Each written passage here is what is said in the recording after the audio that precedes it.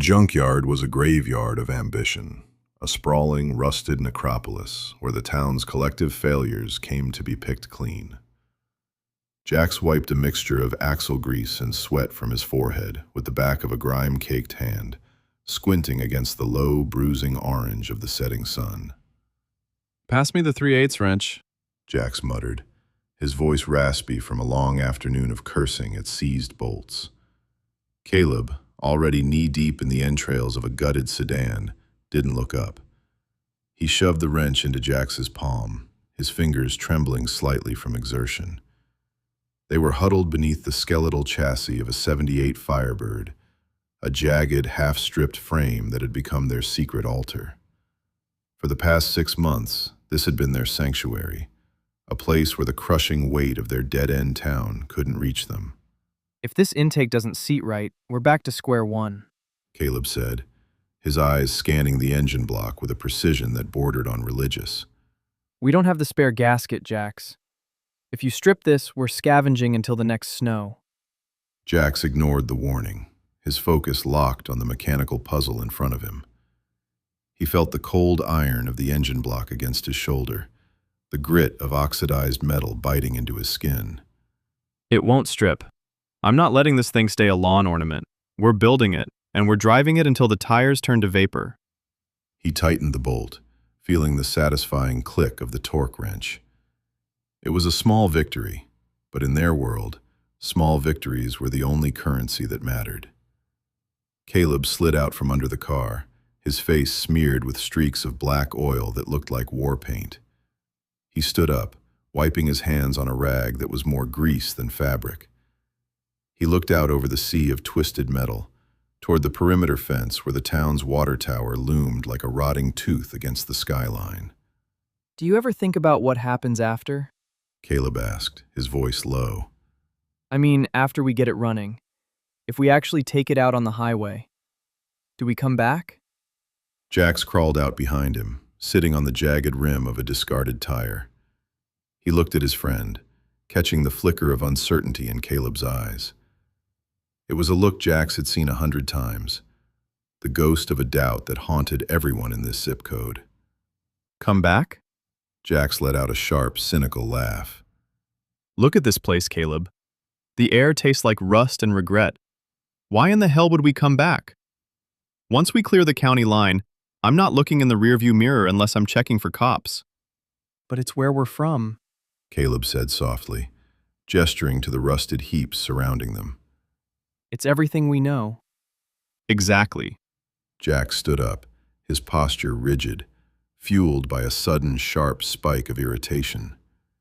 He walked over to the Firebird and kicked the fender, the sound ringing hollow and metallic.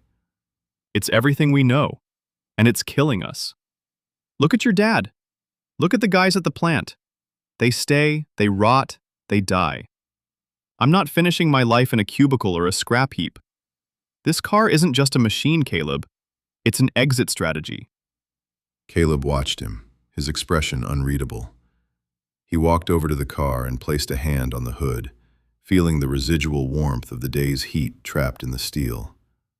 I'm not saying I want to stay, I don't want to leave like we're running from a fire. I want to leave like we're taking something with us. We're taking the speed, Jax said, stepping closer, his voice softening into something more intense, more manipulative. He clapped a hand on Caleb's shoulder, pulling him into their shared orbit. We're taking the skill. We're taking everything we learned in this hellhole and turning it into something they can't touch. We're going to be legends, Cal. Not the legends of the junkyard. We're going to be the ones who actually got out. Caleb looked at the car, then back at Jax. A slow, tentative smile broke across his face, the look of a boy who had finally found something worth believing in. Legends, huh? The kind they write songs about, Jax promised. He reached out and grabbed a stray length of electrical wire, tossing it to Caleb. Now, help me wire this starter. If we finish tonight, we take it to the flats at midnight. We see what it can really do. They worked through the twilight, the rhythmic clanging of tools against steel, creating a desperate, driving cadence. The shadows grew long and distorted, turning the piles of wreckage into looming, monolithic shapes that seemed to watch them. Jax was the fire, restless, impatient, always pulling toward the horizon. Caleb was the engine, the steady, meticulous heart that ensured they didn't fall apart before they even hit the road. They were a closed system, two halves of a singular, jagged ambition. As they tightened the final connections, the air between them grew heavy with the weight of the pact they were making. Jax caught his reflection in the oily puddle beneath the car, a distorted, blurred image of a boy who was already mentally halfway to the city, leaving the ghost of his childhood behind in the dirt. He didn't flinch. He didn't care. Almost there. Caleb whispered, his head buried under the hood. He sounded breathless, his focus absolute. Just one more jump, and she'll spark. Jax watched him, really watched him, and for a fleeting second, he felt a pang of something he couldn't name. It wasn't pity.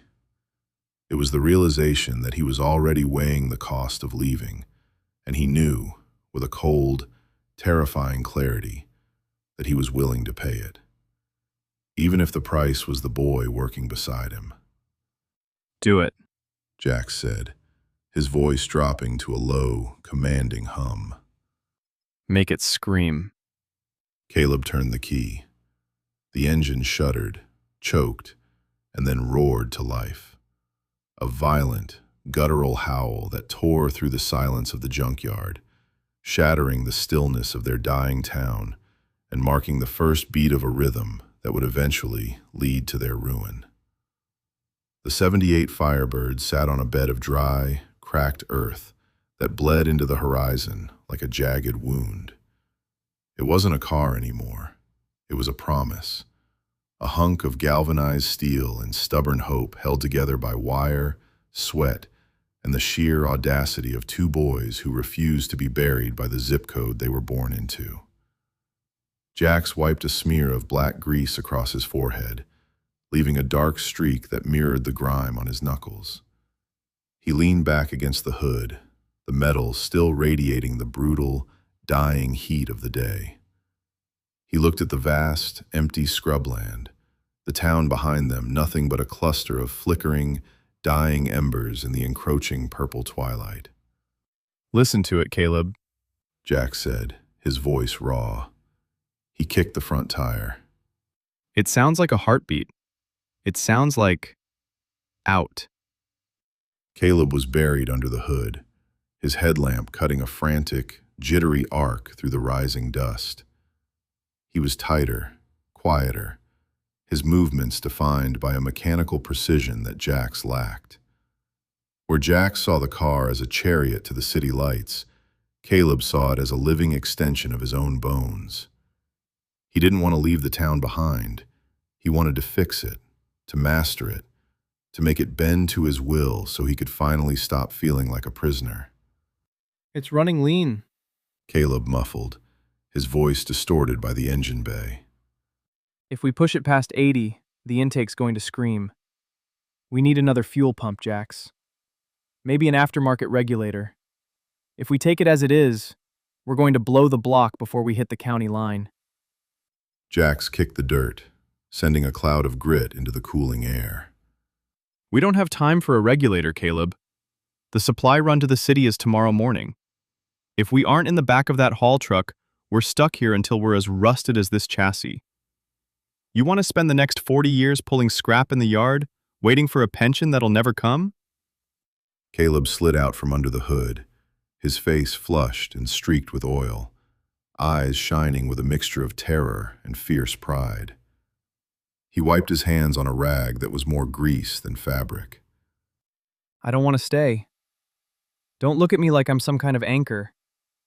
I just want to make sure that when we leave, we don't end up dead in a ditch halfway there. I want to win, Jax. I don't just want to escape. I want to arrive. Jax reached out, gripping Caleb's shoulder.